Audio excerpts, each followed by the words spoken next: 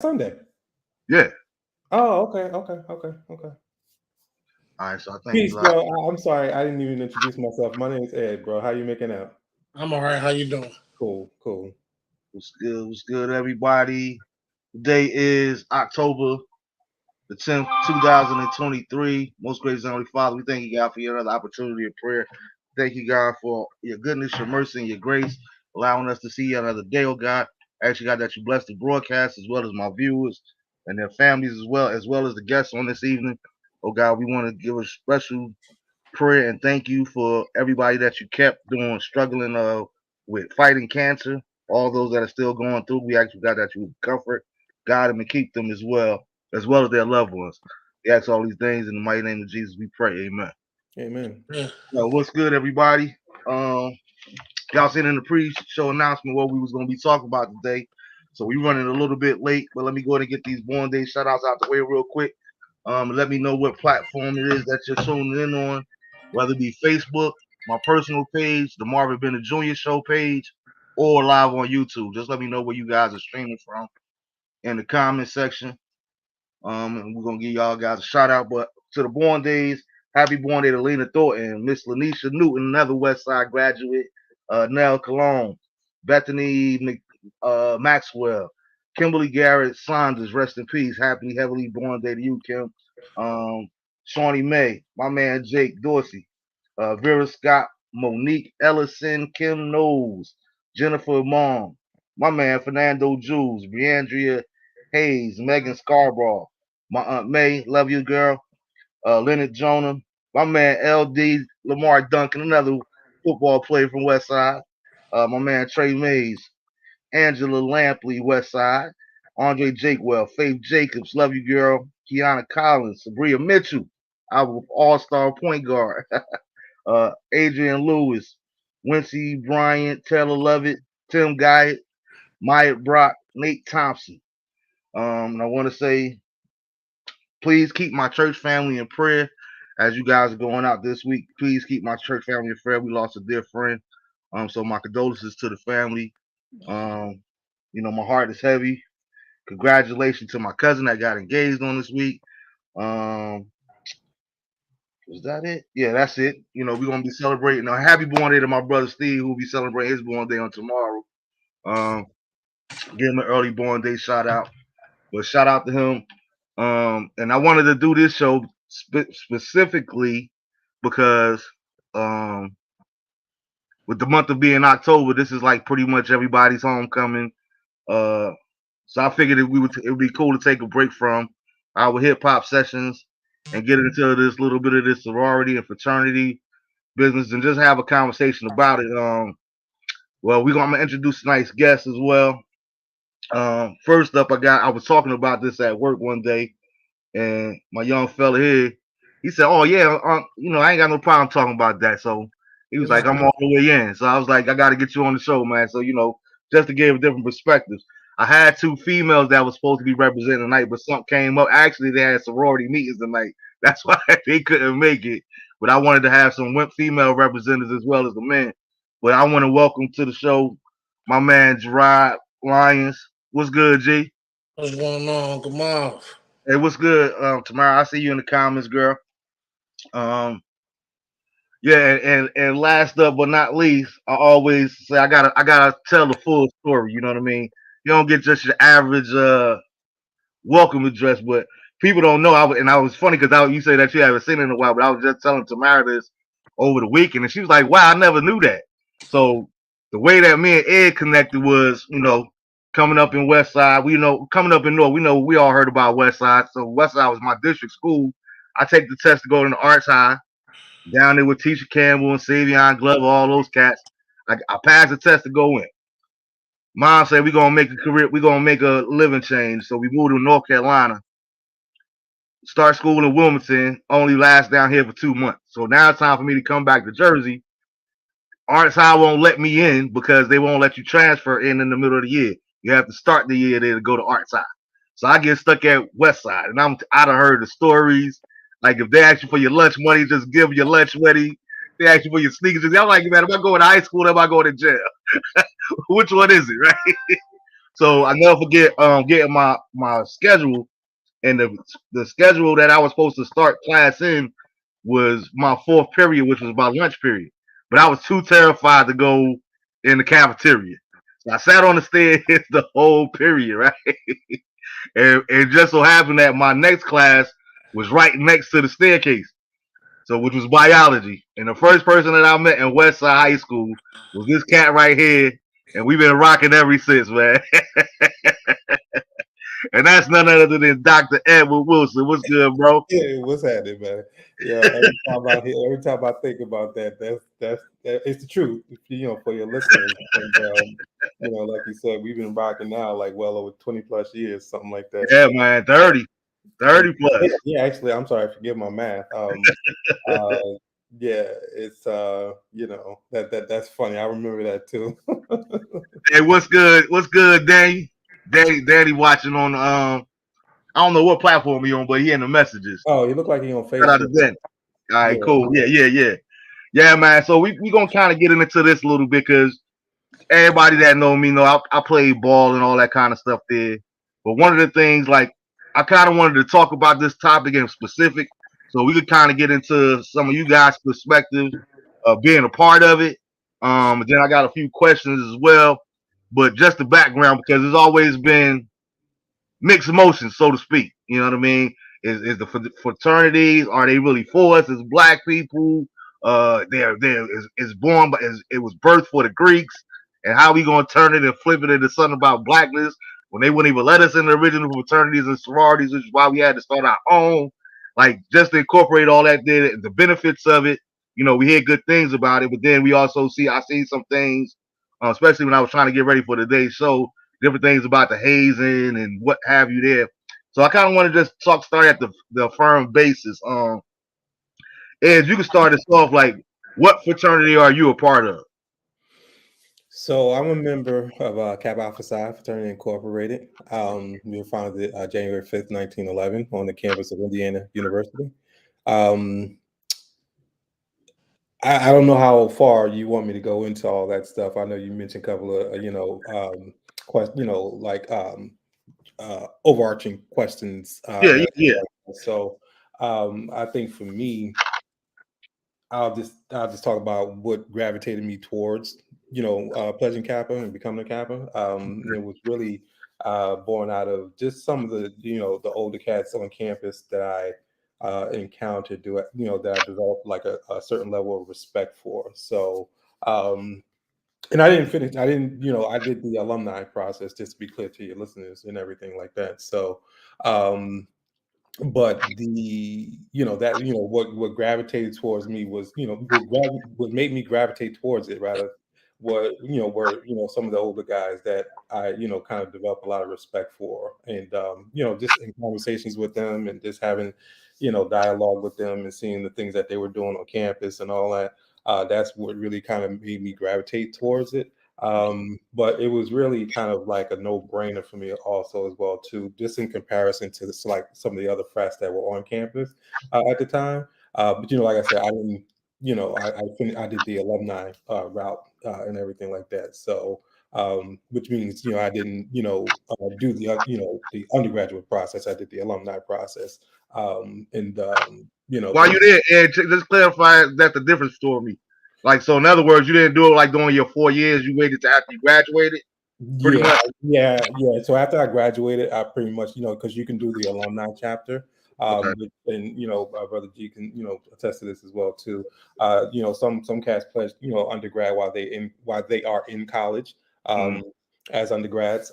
Some do it when they graduate, which is fine as well too. And I think there's a lot of different perspectives about that, depending on who you talking to.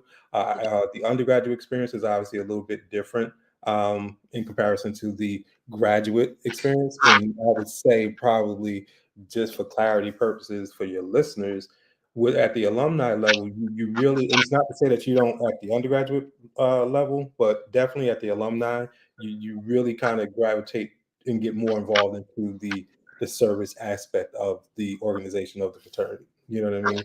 And that's like a number of things. And like I said, it's not to say that you don't at the undergraduate, because you do, but as grown professional men, you tend to be more into the service at that point.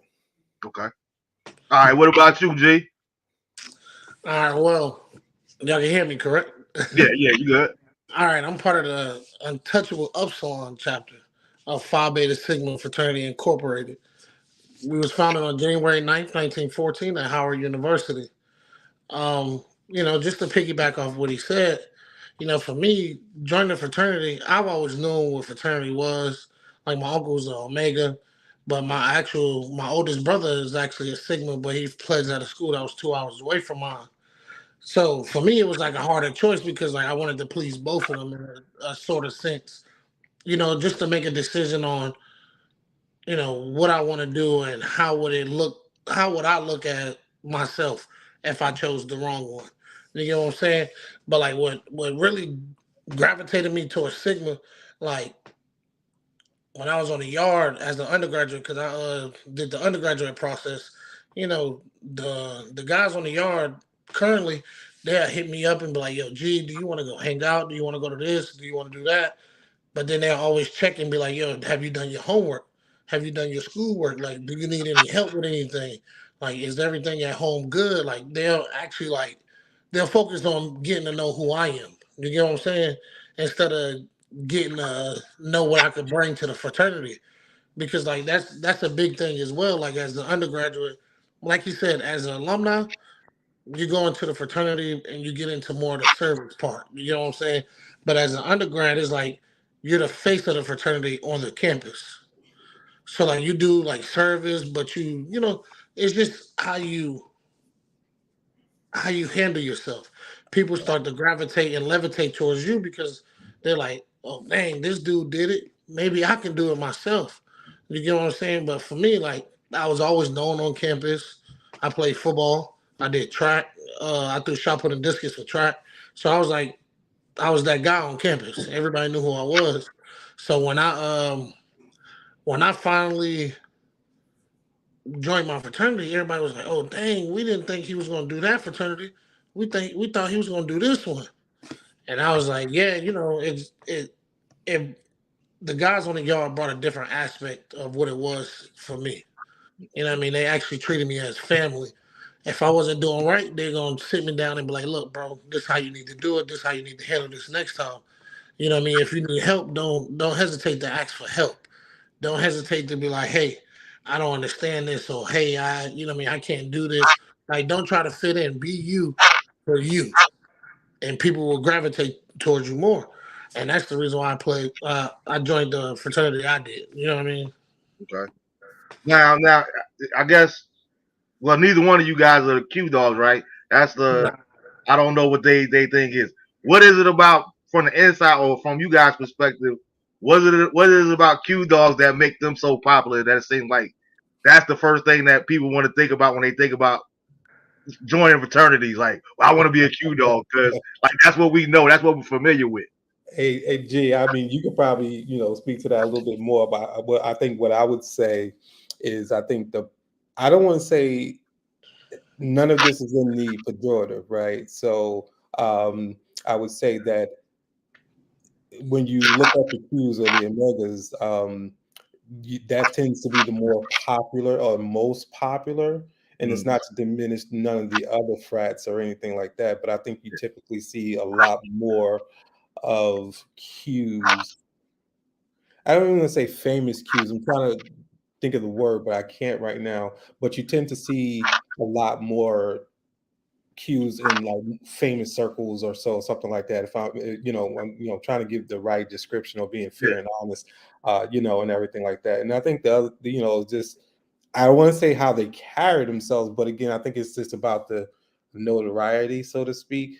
If I'm being, fair and accurate, you know what I'm saying. But again, it's not to diminish any of the other frats because we have, same thing on, just as much on the Sigma side on our side as well as some of the other frats. You have a lot of famous celebrities that are members of these organizations, but I think typically you tend to see, Omega Psi Phi kind of out in the open a lot more in comparison, I would say. Gee, I don't know if you would agree with that, but Yeah, I can agree, but like, you know what I mean? Like, all right, so I'm from New York or whatever the case may be. So on my end of the spectrum, it's like, all right, you got a guy coming from the city and you looking into colleges and stuff, and these cats is more popping up because it's like it to me is more stereotypical. You know what I mm, mean? mm, And more the athletes plays Q because that's what a lot of them surround themselves as athletes. The more popular people in the yard and stuff of that nature, sort of sense. You know what I mean? And my best friend's a Q.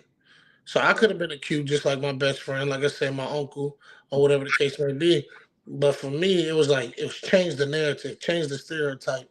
mhm, All athletes become this dude, or they go towards this frat. You know what I mean? mhm, My like Ed can agree, but my frat we like very diverse. No matter what you want in life, like whatever type of person you are, you'll find that in my fraternity. You get what I'm saying? You got mhm, athletes, you got people that's doctors, you have lawyers, you have it's just actors. Like it's just different. It's just different.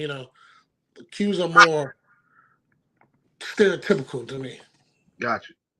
Yeah, I was just wondering, was it a reason why we refer to them first as opposed to, it's almost like, to me, it's almost like the whole Android versus iPhone. Like, you know what I mean? Oh, why? Oh my God, you got an Android? You need to get an iPhone. Like the iPhones, oh my goodness, the Android. Like, it's like this hidden self righteousness. Like at the end of the day, it's still a phone. Right. right, right, You right. use it to call people. That's It's, an it's, interesting it's just comparison. stereotypical. You know what I mean? Yeah, It's yeah, just, Yeah. Hey, yeah. what's good, Pam? Yeah, I see Pam putting. I'm realizing I'm typing into the private chat that you have here on this platform, not the Facebook thing. Oh, got you. Yeah, Yeah, I'm like, yeah. Pam is my sister. That's my heart. That's one of my sisters. no doubt. Shout out to Pam. All right, so um, with that being said, well, you know me, Ed.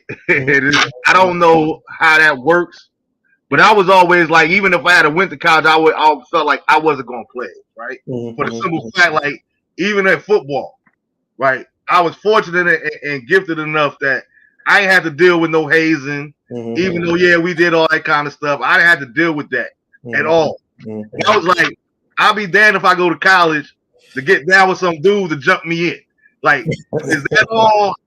Is that like a pre-misconception about joining a fraternity? Like you get jumped in, like a game, so to speak.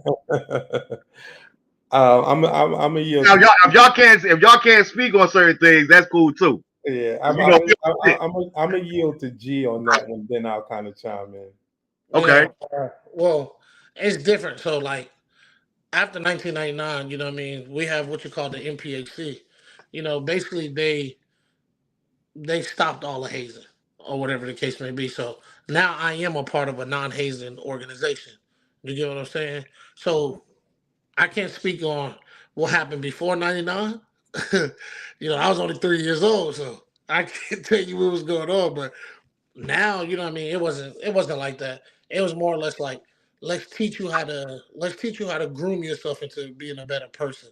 You Mhm. know what I mean? Instead of like people thinking, oh, they getting beat when they meet up with each other. No, we met up and we actually taught each other how to tie ties, how to write resumes, how to how to dissect a book. You know what I mean? Like different stuff like that. Okay. Yeah, so I think what I would add to that for your listeners, Marv, the whole idea of hazing, I think, has been unfortunately attributed to a lot of the fraternities and even some of the sororities. And obviously, it's not something that's made up out of thin air or anything like that. But all the organizations are non-hazing organizations. That's number one.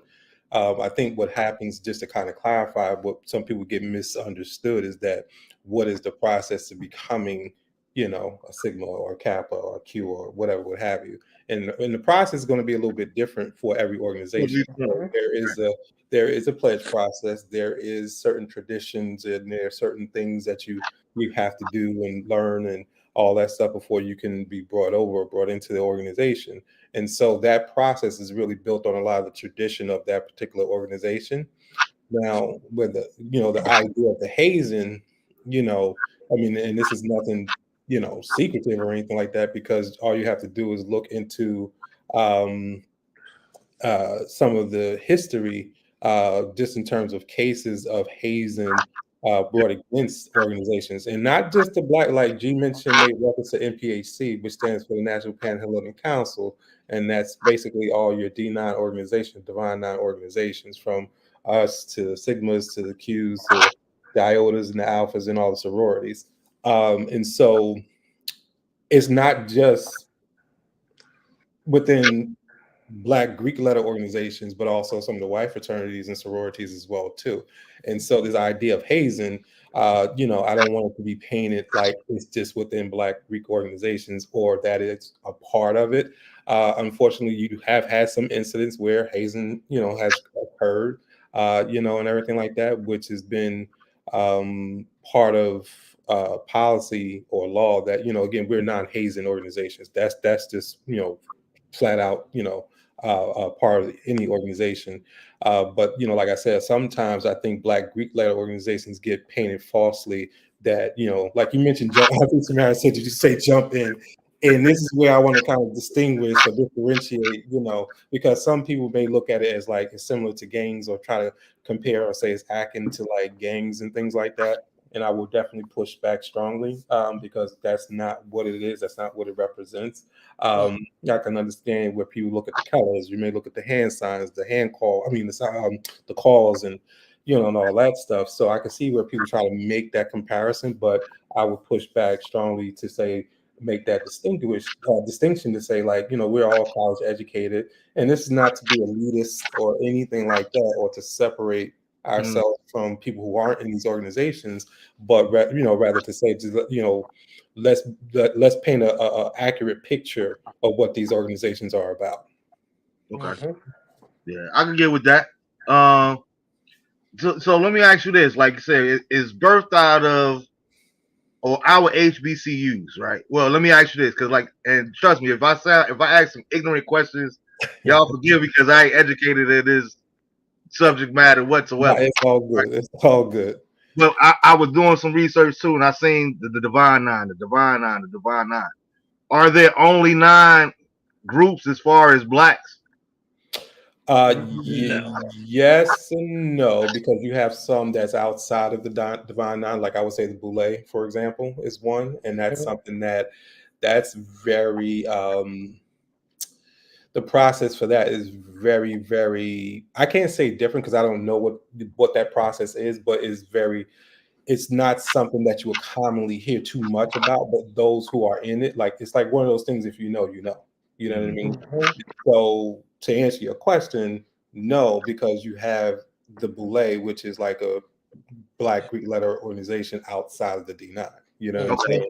Yeah, I heard that name too, but I wasn't sure what it was. Yeah. So, and again, this is where you get into, if you want to look at the first, now I'm going back history, looking at it from the historical lens, I'm a history person. So the Freemasons, Masonry, that would really be considered your first fraternity, so to speak, because even a lot of the early organizations, a lot of the fraternities, they met in a lot of Masonic halls, and some of those founders actually were members of the Masonic order as well too. So and G, jump in. I don't want to, oh no, you and everything. You got like it, Chip. You got it. But like I said, with the D9, it is a collection of just the Black Greek, 9 of the most commonly known Greek organizations, from the sorority side and the fraternity side, and that's what comprises it. But there are some that do exist. Not a lot, but there are a few, very few that do exist outside of the D9. Definitely. Cool. And Tamara, if you still out there watching, you can either come on if you want. If you can't come on, please put the link to the walk and where they could donate to. Put that in the comment section. Tell Tamara to jump in. I haven't seen Tamara in like 100 years. Yeah, I sent her the link. Hopefully she'll grace us with her beauty for a little while and talk about the walk. Boy, black don't crack. I'm trying to tell you. Don't hurry it up. I look the same. I say it all the time, man. Like, yo, we're talking about that. Yeah, I'm about to say, we were talking about that. Like, I consider it a blessing Like not even being funny, like to look like we did almost 30 years ago.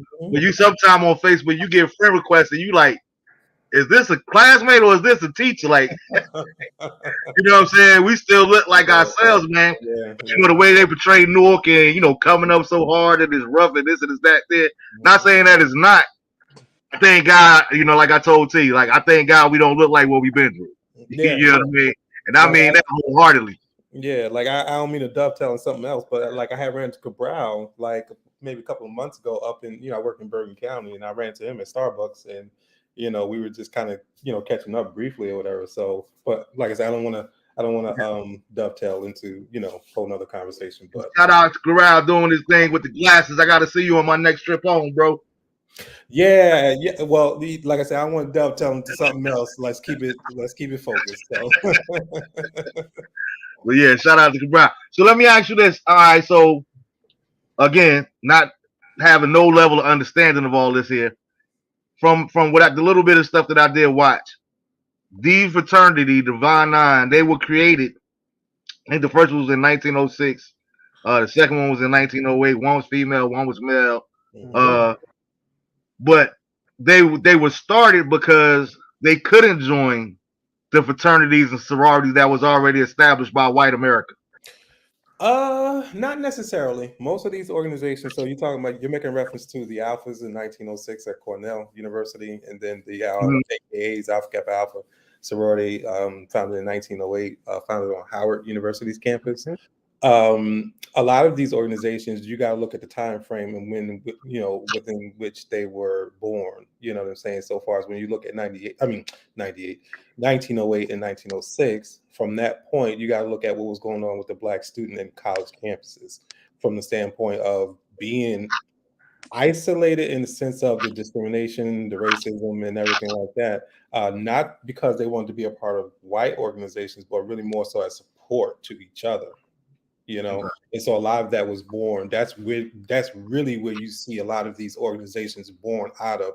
And this is why I was saying before, like I would definitely push back against people that try to act in our organizations to gangs and things like that, because the thought process in terms of the inception of these things, these organizations were born really out of networking and social support for Black students on college campuses. Mm-hmm. But then on the same token of that, like along those lines, when we study the history of gangs, even like the Crips and them was initially about the community, and all the violence and stuff like that came later on and what have you, whatnot there. So, like you said earlier, when you talk about the colors and the calls and the all this here and that there, like what would you say is like the main disconnect between us two, why they shouldn't be associated in the same sentence? Is it just the violence aspect of it? Is it the community activism?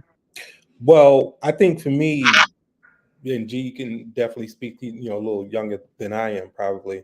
I think for me, I would say I would be very careful to not misrepresent the gangs as well either. You know what I'm saying? Because depending on who you speak to, and I'm not a member of a gang or anything like that, so far as Bloods, Crips, or whatever.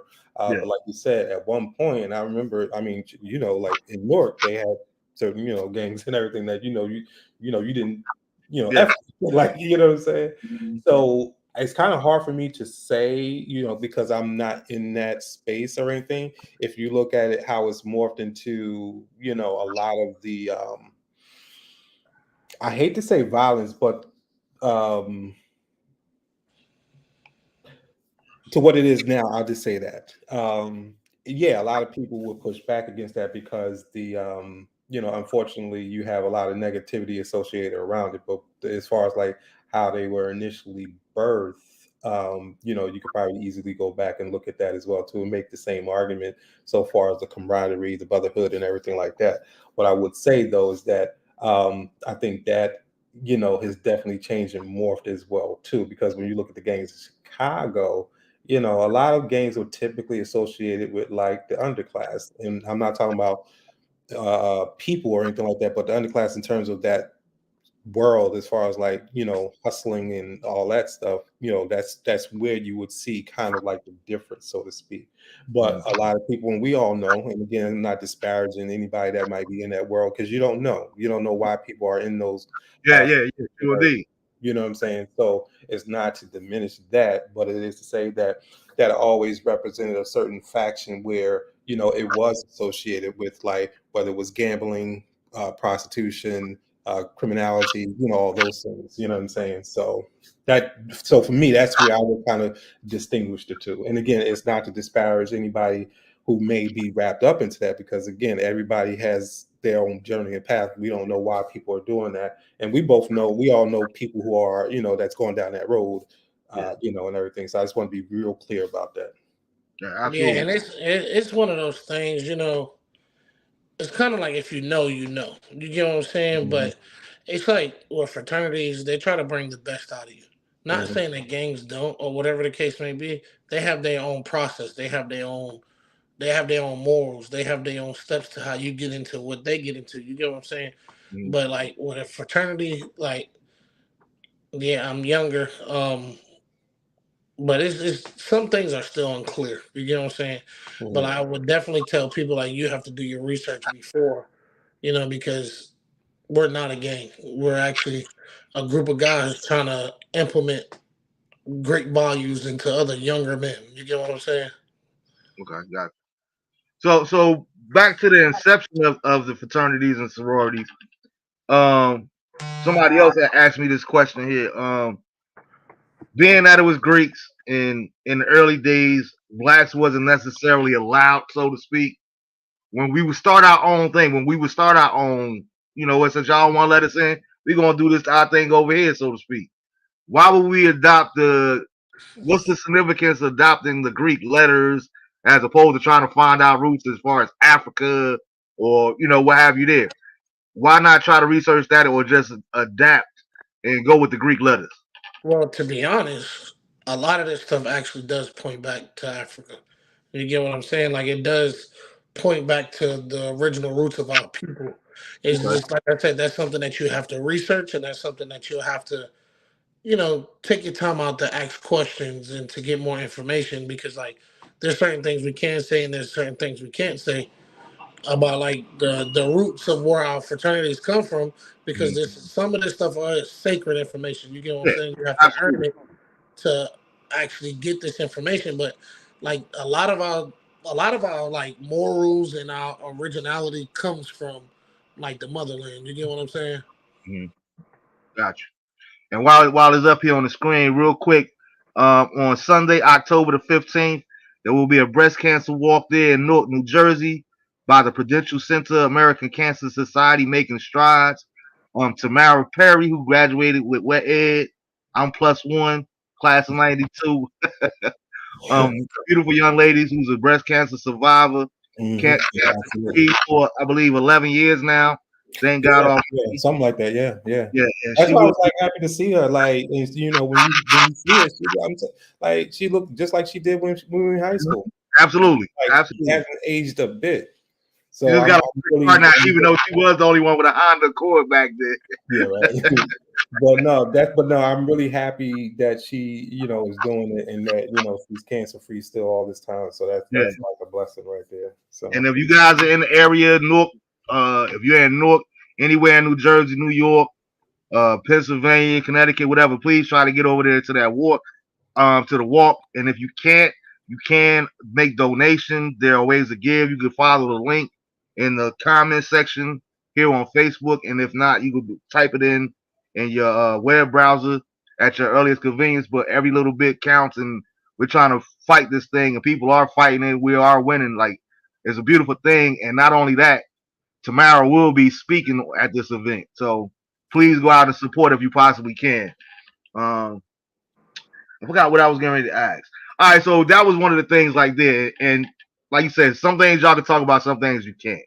All right, so I got an uncle who's uh, uh who's a well, he's a Shriner. I guess that's like the next level up yeah, after still with being the Mason. I'm like well. I'm a Mason too, right? yeah, okay. So this is one of the things that I had with problem, and you kind of just talked about it a little bit, G. But it was like Masons, right? When I think about North, when I think about brotherhood, I think about blackness, right? We got this group of black men that have this information, that have uh this level of understanding, so to speak, where we can help specifically younger black men in the community in our neighborhoods. And because I don't know the password, we can't have a conversation on that level. Like, what do you say to that as a Mason? Or let me first ask: is that accurate? No, because G, are you a Mason? Are I, you no? No, I would definitely say that's not correct. What I would say is that there's a lot of esoteric information within the Masonic Order. Same thing within Greek letter organizations as well too. So obviously, from an esoteric standpoint, you cannot talk about that stuff. However, what I would say is that anything that you want to know about Masonry, or even some of the fraternities and sororities for that matter, all you got to do in this age of technology, all you got to do is look it up, and it's right there. I remember when I first was raised as a master mason back in 97. Was it 97, 98 now? It's been a minute. But I remember when I was first raised, in the first book that I got, it had all the hand signs, the grips, and everything right there on the back cover. Okay, So it's nothing that, if you don't know a password or something like that, you can't have a conversation with somebody. And I think that depends on who you're talking to. gotcha. Obviously, there's certain things that you can do that the average person will not have a clue what it means, but to the to the person or persons who are in the organization, they'll know exactly, whether it's a gesture, a movement, or something like that. Okay. But I would say, I would disagree to that because, you know, and it depends on who you're talking to. Some people would try to make it a little bit more than what it is, but at the end of the day, like I said, there is esoteric information that you can't talk about. But anything you want to know about it, you could actually just look it up because it's all public information just about. Now, some Okay. of the symbolism and some of the meaning and all that stuff is going to be a little bit different because, again, that gets into more esoteric stuff. Same thing with like the fraternities, the sororities, but that doesn't preclude you from having a conversation with somebody. yeah, every you know what I mean. Every question has an answer. Correct. Yes. Just about how you ask your question. Okay.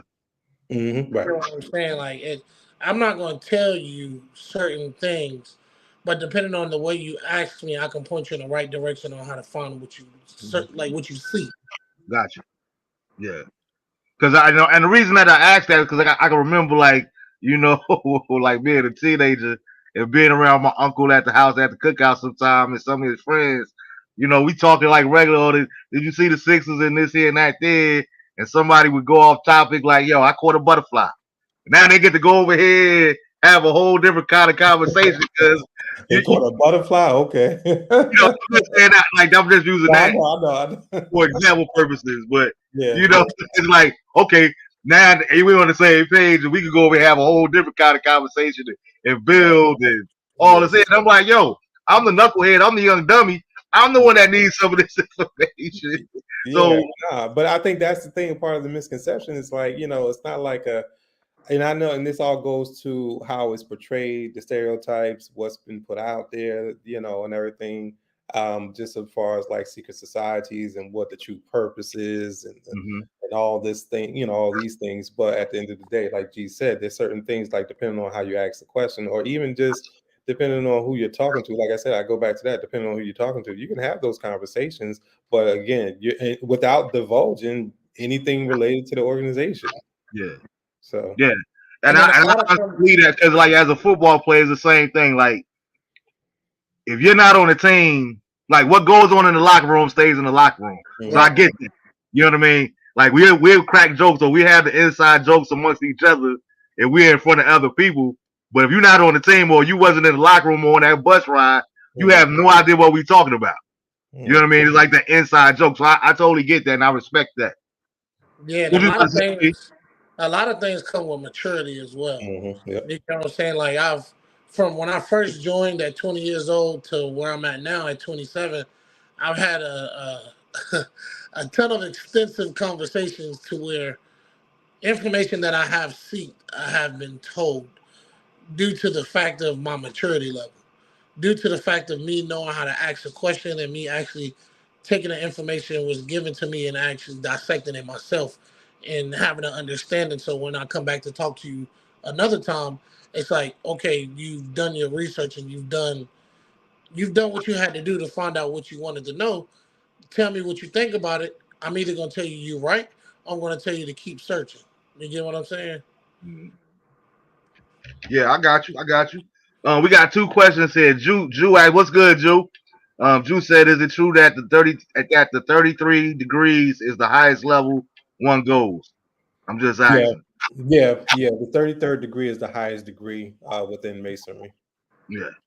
And is that at the point where you become a Shriner, or No, you actually is that become a something Shriner totally before. different? No, you become a Shriner actually before. You actually become a Shriner before that. Okay. Yeah.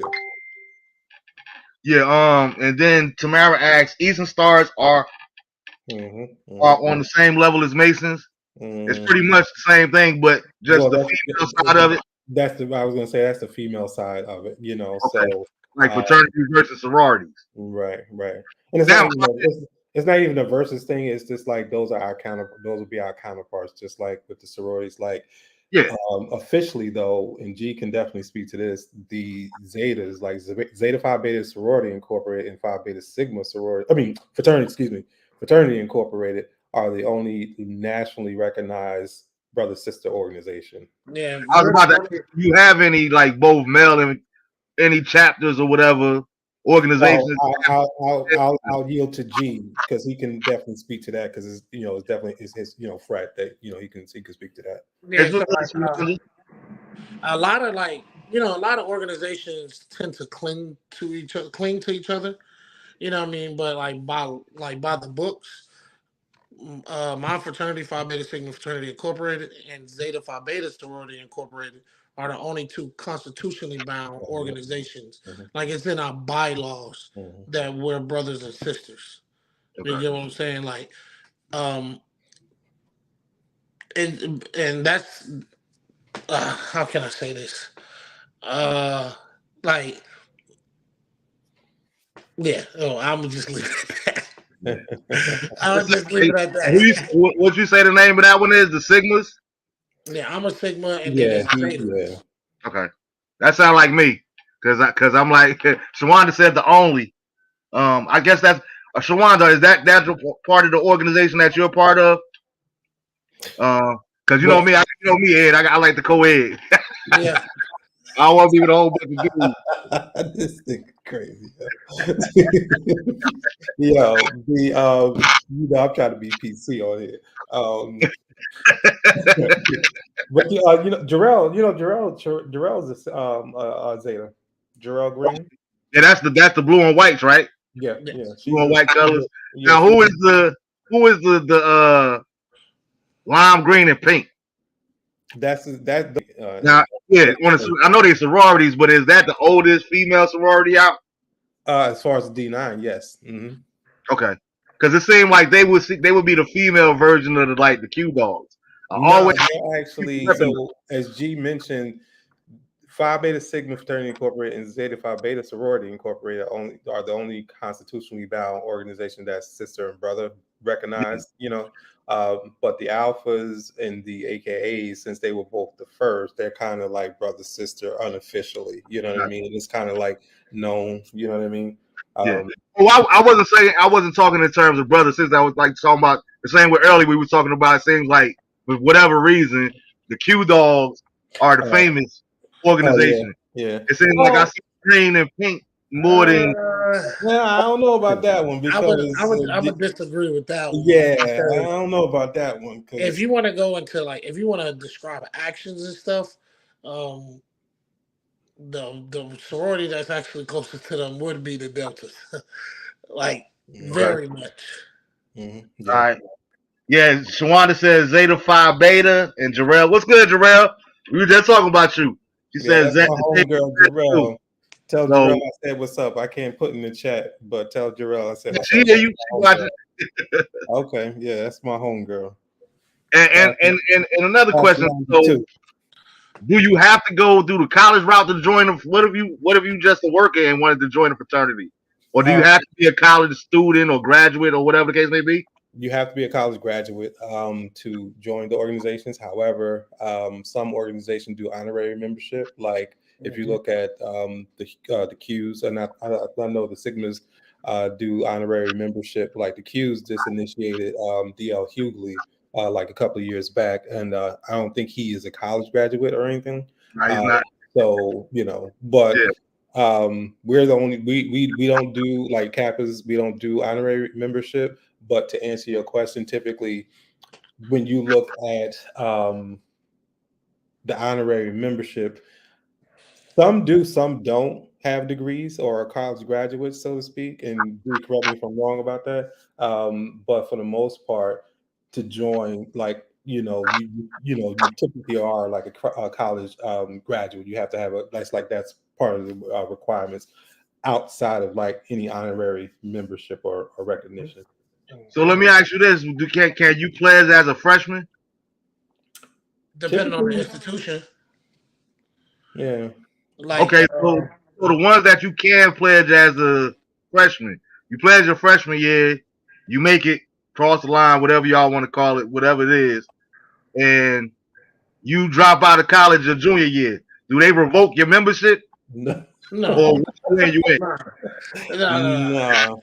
Once I'm looking at me head. I'm asking real questions here, man. No, look. No, I get it. It depends. Most places won't let you pledge your first year. If they do, that's really, really rare. Most places you gotta wait at least until your sophomore year. If it is your freshman year, it's not gonna be until the spring because after the fall, you kind of, you don't have any grades because you have to have a certain GPA. Okay. So most of the time, people aren't going to, do anything until like the spring or so, something like that, or the following, the sophomore year. So like a red shirt year in sports. Yeah. I'm sorry. Yeah, so in a sort of sense, yeah. Yeah. Okay, gotcha. It's more or less like they want you to, learn your information your freshman year and stuff like that. See what's going on and actually see how you can handle your schedule and the life of an actual college student. Because a lot of people, like you said, they don't last. You get what I'm saying? A lot of people, they'll leave school in a sort of sense, So, like A&T, North Carolina A&T, they allow their freshmen to do it. Spring semester. My school, you have to be at least a sophomore unless you're a transfer, but you still have to be a transfer sophomore. You know what I mean? Because like you have GPA requirements that you have to meet. Like my fraternity, like nationally is a 2.5, but on the campus I was at, you actually had to have a 3.2 or better. Okay. So that's what's up. Shwani said for Zeta we have Amakai, I believe that's how that's pronounced, which are friends of Zeta and very active and work side by side with us. What's good, Shayna? Shayna said Delta Sigma Theta here. Ooh. Well, I guess I don't know how you say it. Just leave it alone. Mark. Don't do that. I know a few who pledged frats and never finished. They still have membership. Okay. DST requires a 2.7 GPA. Okay.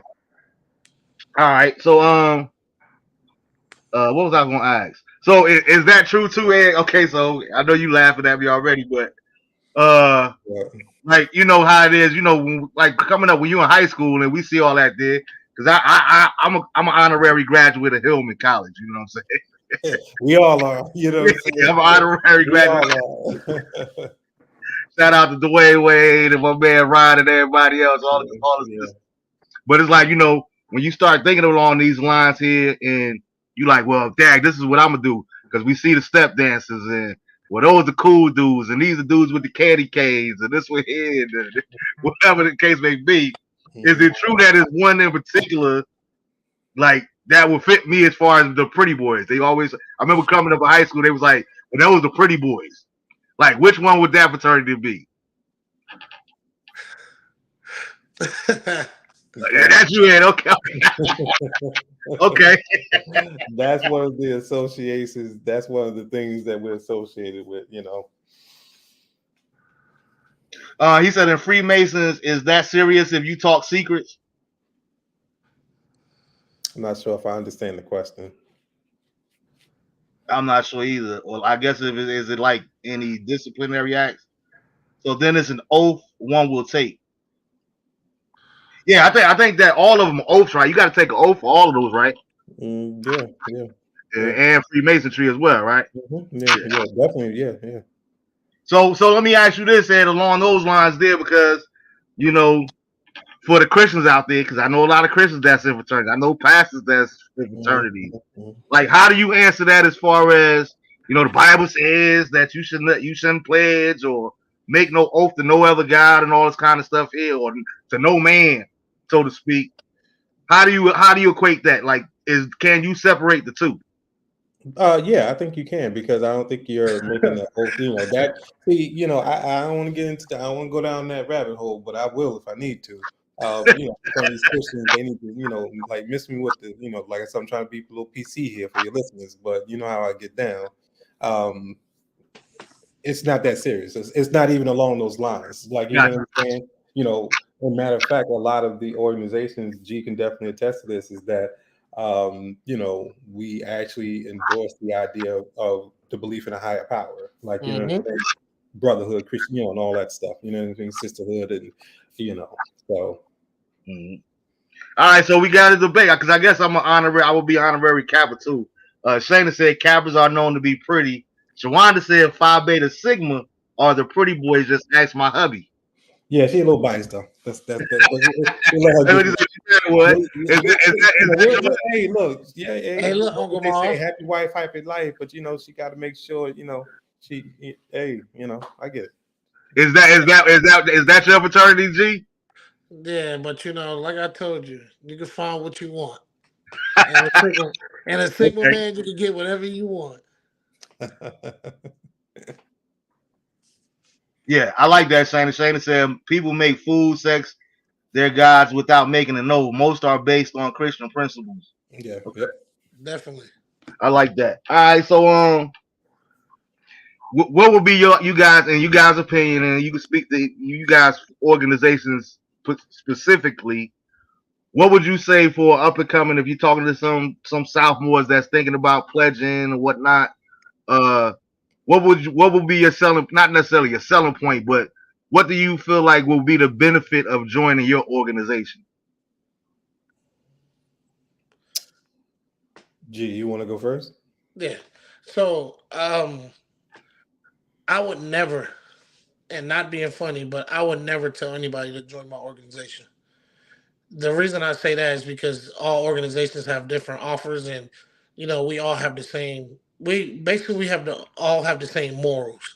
I would tell anybody that's actually interested in Greek life is to put what their values of life is into our principles. Do your research on that. Hang around the people that you want to actually get to know, and if that's what you lean towards it. You know what I mean? Like, I'm not the type of person to be like, hey, my frat is the best fraternity in the world. Like, I feel that way, but I'm not going to tell you that because you want to learn. So I'm going to tell you to learn and find out what's best for you in your life. But I do encourage, if you go to college and you have the opportunity to join a fraternity or sorority, I do feel like that's a great opportunity for yourself. Yeah, and I think I would add to that number one, first of all, I think it depends on the individual, what he or she, if they're looking at sororities, what they gravitate towards, what they're about as an individual. Because honestly, the organizations kind of sell themselves, quite honestly, because obviously whatever you heard about a particular organization, like you were asking about the cues at the top of the conversation, because that's typically what you see a lot more of, so to speak, quote unquote.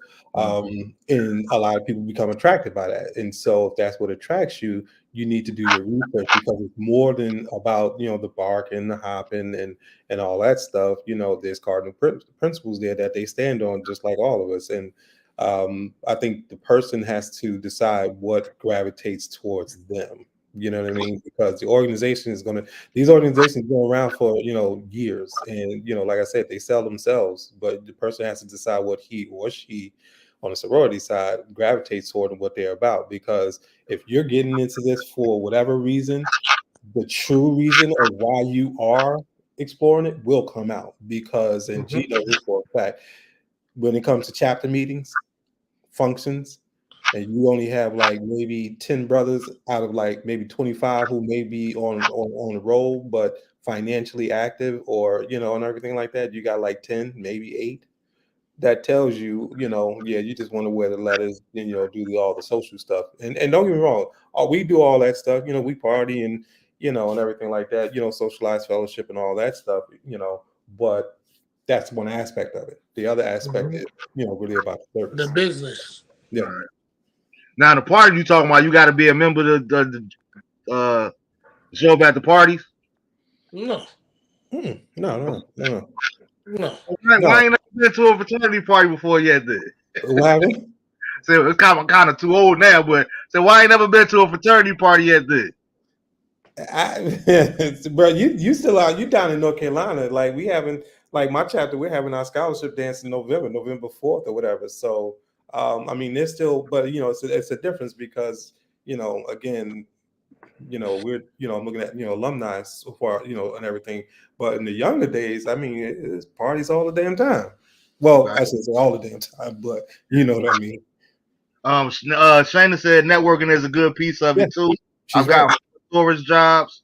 Julian said, "What happens after 33 degrees?" Nothing.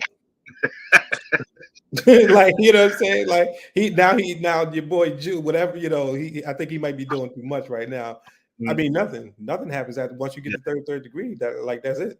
That's Julian Capel. Y'all remember Julian Capel? The name sounds familiar. I got to see his face. It's been a minute. I'm 49 now. Yeah. I don't remember everybody. But look, Uncle Marv, they so the school I went to is part of the CIAA. That's the conference. Oh, that's in February they got the CIAA that's going on in Baltimore now. It used to be in Charlotte. But, they got a lot of stuff for old heads. You know what I mean? I'm still young, so man. I still, I still do my little shenanigans every now and again, but I definitely love like the alumni part. You know what I mean? Because like you get to, like you said, you get to network with different people. Like you get to see what they do for, like just different stuff they do, and you never know who you'll meet, what you'll learn, and stuff like that. But CIAA, if you want to know a lot about this stuff, just check it out. You know what I mean? Yeah. Well, I got to get the one so I can show y'all how these old heads, like you like to say, take y'all young girls. I still got it. To each his own, my brother. The age ain't nothing but enough. I still got it.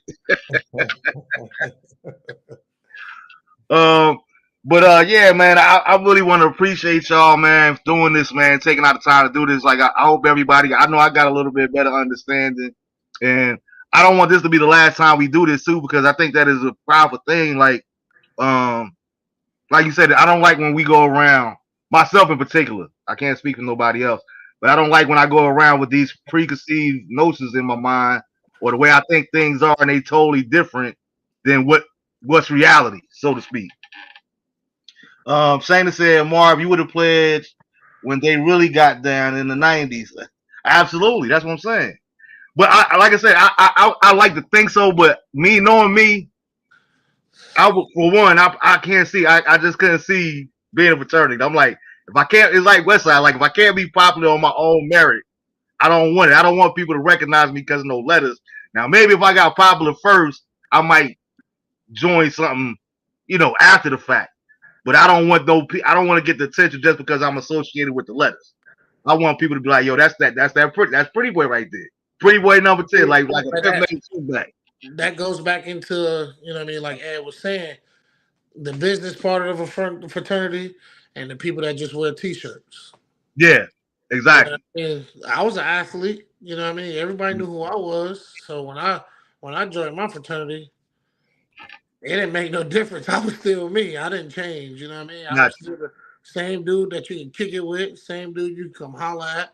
You know what I mean? Like now the way I spoke and the way I actually carried myself kind of changed because mm, it did help me in a lot of ways. But you know what I mean? You just gotta have an understanding to understand. You get what I'm saying? Like every fraternity have its own process to join, and every fraternity have its own benefits of you actually joining that fraternity about what they teach you and about how they go about things. You know what I mean? So yeah. just one That, of those things. You just gotta know. and Juice said the same thing. He said, I like how y'all don't pressure anyone to join, but you allow them to make their own decision. Yeah, definitely. Yeah, that's a cool thing right there, man. But again, I want to thank y'all for tuning in. I want to thank y'all for doing this here. Hopefully next time we can do another show with some of the sisters on here when they don't have their sorority meetings going on. They could grace us on the Marvin Bennett Jr. show. But real quick before I let y'all get out of here, Ed, we see Keefy D got arrested last week, right? Mm-hmm. Finally, right? Mm-hmm. How do you feel about that as, you know what I'm saying, our Tupac story? Mm-hmm. Like, Yeah. how did that make you feel when you heard that news? I mean, I was honestly, I didn't have too much of a reaction to it, to be honest with you, because I Yeah. think at this point, even though it was like an unsolved or closed or whatever, I think it was like unsolved Hmm. case up to this point. And I guess certain family members were fighting to, keep it, till they got justice. Um, I don't know. I really didn't have much of a reaction to it, to be honest with you, because I just felt like I think at some point they had to find somebody to put it on, Yeah. and whether it And it's like, I still don't even believe that he was necessarily the one that did it. Like, dude, why are you doing interviews? You writing books, and you're the only one that's still left here. You know what I was. mean? Like, when you from the streets, we always said it don't never change, bro. Like, uh, Pee Wee Kirkland said it the best. Shout out to Pee Wee Kirkland. Pee Wee Kirkland said it the best. He said, "The ones that know don't tell, and the Mm-hmm. ones that do tell don't know." Yeah, yeah, basically, But like I'm almost like you. And the reason I brought it up, Jay, is because me and him we got to meet Tupac at the same time. We actually got to see Okay. in person. Yeah. And this was like within what 6 months of him passing away? Yeah, because I think what was that, 94 or something like that? 95. 95, yeah, 94, Yeah. 95, yeah.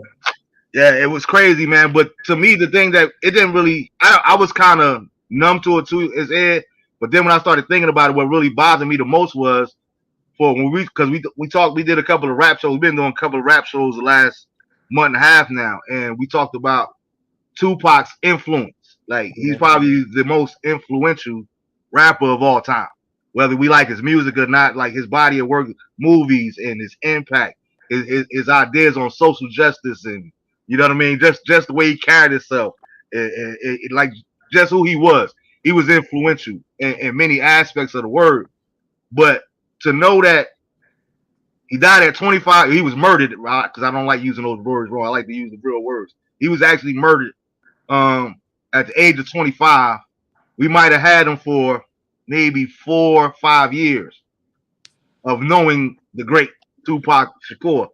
And with that short amount of time, this dude had that much impact, not just on hip hop, but the culture and us as a society. And Mhm. I don't understand how you could have that kind of notoriety and your murder goes unsolved all these many years. Mhm. Like it was an unsolved case for 27 years, which means his case has been unsolved. A celebrity, mind you, his case has been unsolved for more years than he was actually on this earth. That bothers me. Yeah. I mean, That it's bothers me. yeah, it's like how many years removed, and that's why it's like I'm just like, oh, all right, well, that's I'm glad they came to some kind of conclusion, but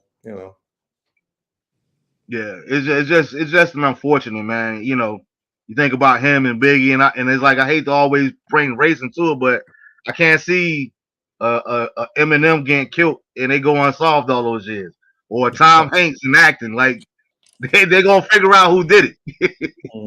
But yeah, we can't get no answers. You know what I mean? Like I don't understand that aspect of it because the money is there, or like who's really covering what up? Like all the police, that's the lead detectives. Everybody is dead and gone now, bro, except for KVD. It's just unfortunate, man. But I wanted to ask you that because I was thinking about you when I seen it when I got the little alert on my phone. I was like, man, I wonder if Ed's saying this here, how you feel about it. Yeah, yeah. Yeah, Jude, I'm with you, Jude. Jude said anyone that has an impact on society, they take them down. I agree with that too. But you gotta stand for what you believe, man. And I always say that. I say that daily to myself, even like we were talking about last week, how as a community, we gotta stop being so passive aggressive, and we ain't gotta be violent. We ain't gotta be all, you know what I mean? But we gotta be assertive in making sure that we stand for what we believe. Even growing up in Christianity, I always try to tell people, like, to me, one of the greatest human beings ever born was Malcolm X, for the simple fact that he was willing to die for what he believed in. You know what I'm saying? I'm quite sure there was many a nights with Sister Betty, like, come on, Malcolm, you know what I mean? Like, I understand that you love your black culture, but you got 5 girls at home and a wife to take care of. What? He was willing to die for what he believed in, and I believe that we need more people, like whether it's on South Orange Avenue, whether it's on Lyons Avenue, whether it's on Springfield, whatever. We need more people that's willing to make those same kind of stance for whatever it is that we believe, whether we agree with it or not, but making that stance and not being scared, not living in fear. That's the biggest thing that I want to see our people get out of. That's living in fear, man. Because God ain't created a spirit of fear. You know what I mean? We all powerful kings and queens. So I respect that. But again, I'm gonna let everybody get on up out of here. It ain't talking positivity. He talking about killing mine. Jew crazy. Yeah, man. But I'm gonna let y'all get out of here, man. I thank y'all again, man. And yeah, let me know down the line if you because probably from here on out to the end of the year, we probably gonna be doing 2 or 3 shows a month on hip hop. We just doing like our top 50, our top 10, and I think the next show we're gonna be doing anthems, the top 10 anthems of all time. And you can get on that too, G, as represent the younger generation. I keep telling Prince keep asking me when he gonna get his invite. I'm gonna let Prince come on one of those shows too with my son, just to let the young people be heard. So I told him, I said, listen, don't get mad if people don't agree with you now, but we're gonna give you the opportunity to speak. Leave that young man where that young man is at. Trust me. All right, man. Did y'all have anything before we got up out here that y'all wanted to share real quick? No, I'm good. G, nice to meet you, man. Appreciate the opportunity, Marv. No doubt, no doubt. And again, everybody, that's October 5th. Everybody that's in Jersey, New York, October 15th. Down near the Prudential Center, Tamara Perry will be having a walk. If you go back on the thread, it's in the link, it's in the comment section if you want to donate or give to that cause or whatever the case may be and find out exactly where it is. But she will be speaking at this event, and I would encourage everybody that can and is willing to, please try to attend that event. Let's fight. I see I got my pink on, I got my hat on today. I've been representing all month because we fighting with you sisters, man, when it comes to breast cancer. We all say cancer sucks. We don't like to see nobody lose their life to cancer or anything else for that matter. But like I tell y'all each and every week, man, Look, Marv, you there? You look like you froze. This damn thing done froze.